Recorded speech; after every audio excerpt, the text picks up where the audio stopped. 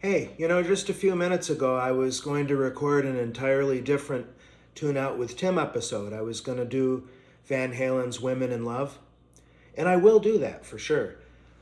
But as I was preparing to record, I just started playing some, as I normally do when I'm just noodling, some Dickie Betts and Allman Brothers Band.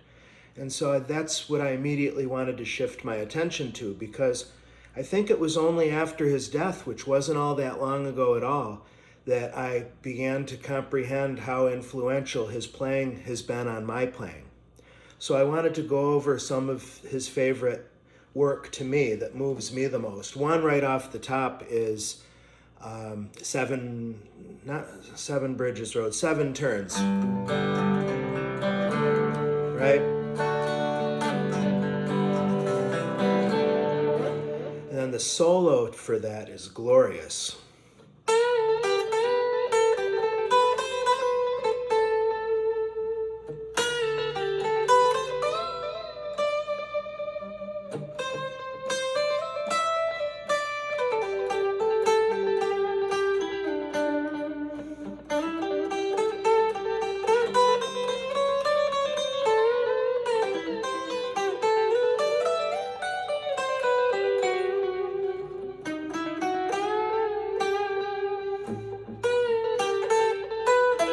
Whoops.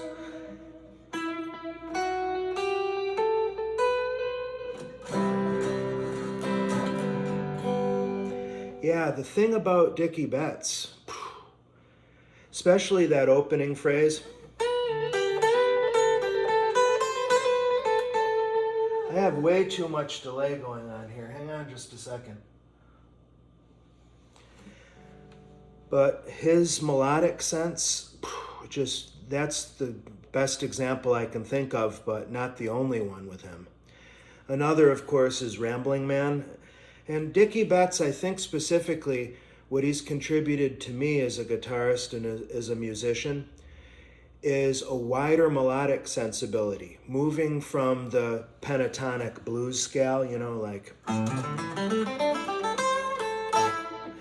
And he'll add mixolydian, and he'll start to mess around like major pentatonics in addition to the traditional minor. He had a more sophisticated range than a southern rock person might be assumed to have had. I have an interesting relationship with the Allman Brothers from a fan's perspective.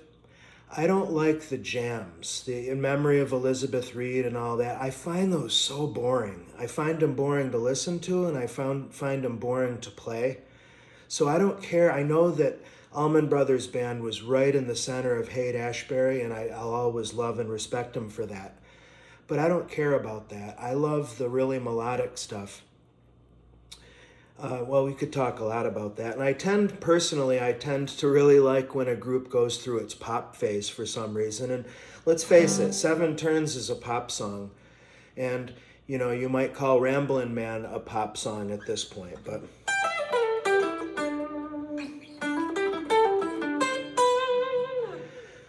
So his approach, his sensibility is just so positive and springy and joyous,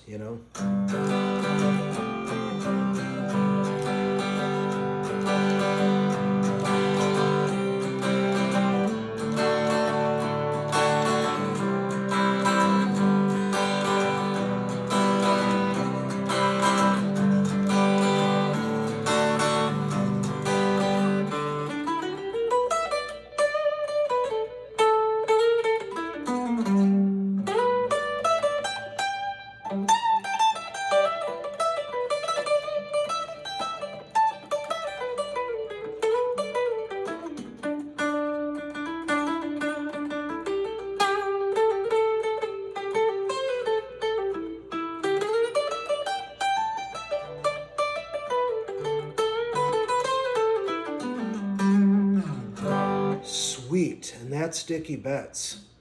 Whew. Last example I can think of, or the one that immediately sprang to mind, is good old Jessica.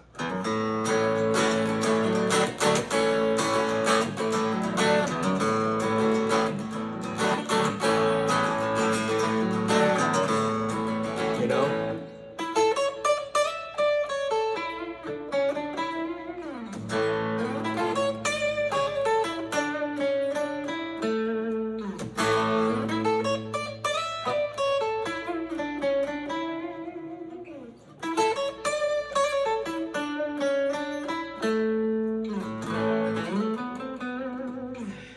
to come back to the string bending. It's really hard to bend. First of all, you've got to have some native feel. I can't imagine how artificial it would be to do a robotic bend. I don't even know what that would sound like. But with string bending on the guitar, it's a precision art. And most of the stuff I was playing, it relies very heavily on being very accurate with those pitch bends. To go back to the first example, the 7 turns, that phrase that's something like,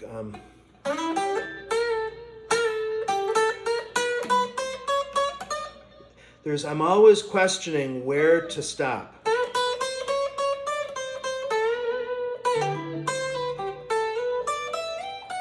I don't know how he thinks of that. I mean, it turns out that it's just basic major 7 and 5 note major and minor in the key of G major.